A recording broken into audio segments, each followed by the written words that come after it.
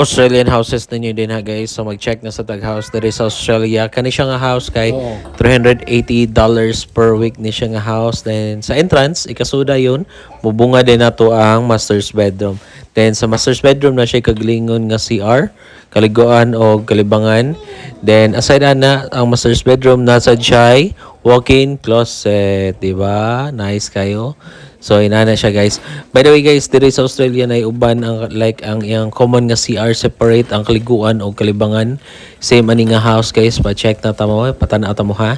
So nara CR kaliguan.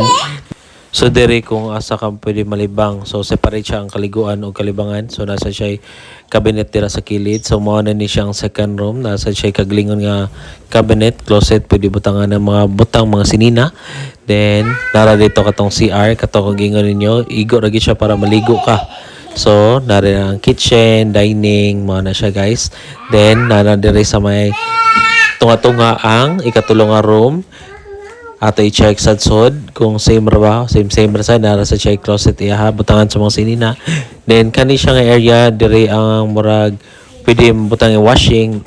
Then mao na siya ang gawas sa inyong area diri sa kani nga balay. Then diri nga balay na joint na siya ang kitchen, dining o living room.